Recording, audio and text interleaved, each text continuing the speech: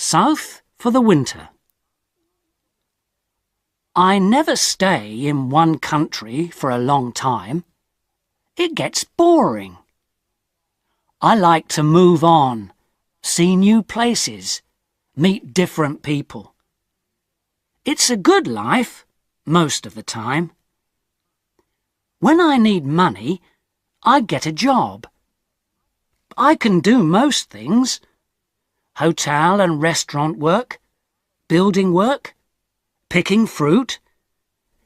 In Europe, you can pick fruit most of the year. You need to be in the right country at the right time, of course. It's not easy work, but the money's not bad. I like to go south in the winter. Life is easier in the sun, and Northern Europe can get very cold in the winter.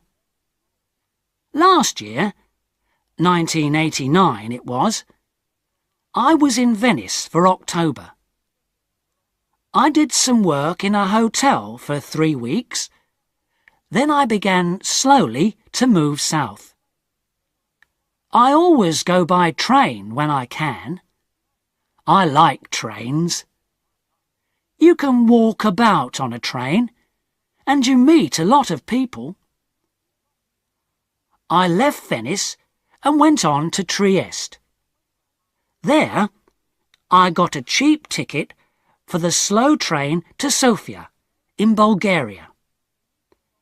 This train goes all down through Yugoslavia and takes a long time, a day and a half, but that didn't matter to me. The train left Trieste at 9 o'clock on a Thursday morning.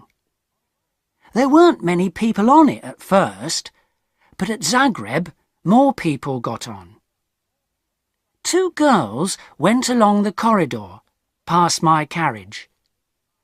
They looked through the door, but they didn't come in. Then an old woman came in, sat down and went to sleep. The 2 girls came back along the corridor and looked into the carriage again. The train left Zagreb, and I looked out of the window for about 10 minutes. Then I went to sleep too. When I opened my eyes again, the 2 girls were in the carriage. They looked friendly, so I said, "Hello." "Hi," they said. "You're American," I said. "Or Canadian, right?" "American," the taller girl said. She smiled. "And you're 23? Your name's Tom Walsh? You've got blue eyes? And your mum lives in Burnham-on-Sea, UK, right?" "How did you know all that?" I asked. The second girl laughed. "She looked at your passport. It's in your coat pocket." "Oh, right." My coat was on the seat next to me. I took my passport out of my pocket and put it back in my bag. "Who are you then?" I asked. They told me. Melanie and Carol from Los Angeles, USA. They liked Europe, they said. They knew a lot of places: Britain, Holland, Denmark, Germany, France, Spain, Italy, Yugoslavia, Bulgaria, Greece. "I'm going to Bulgaria now," I said, "for about a month. Then I'm going south for the winter. Cyprus, or perhaps North Africa."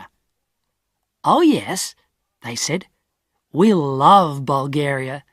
Sofia's a great town, wonderful." "What do you do about money?" I asked. "Well, you know," Carol smiled. "Sometimes we get a little job, this and that. But what about you?"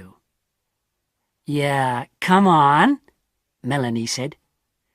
Tell us about you, Tom Walsh with the blue eyes and the mum in Burnham-on-Sea.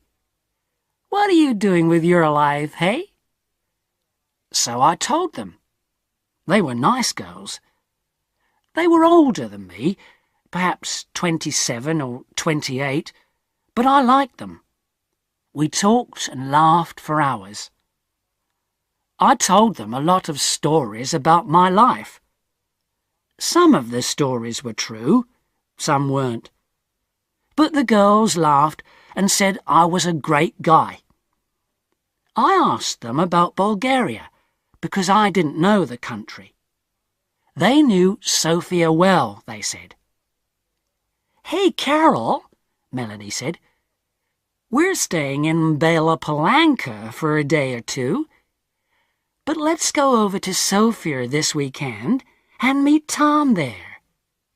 We can meet him on Saturday night at the Hotel Marmara." "Yeah, it's a good hotel," Carol told me. "Cheap, but good. What do you think, Tom?" "Great," I said. "Let's do that." The train was very slow. We got to Belgrade at 6 o'clock in the evening, and a lot of people got off.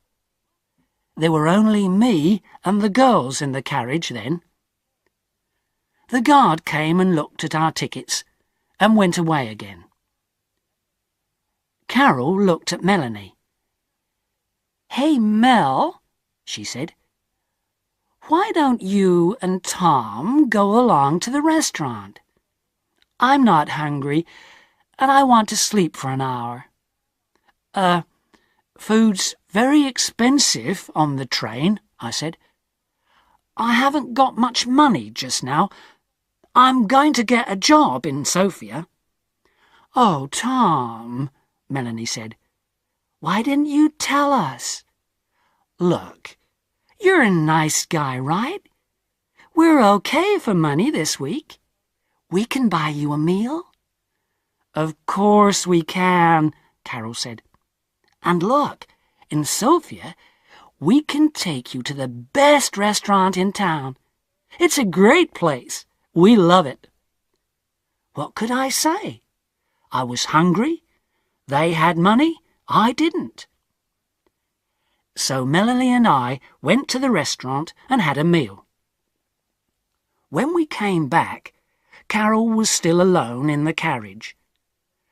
Melanie put her feet on the seat and went to sleep.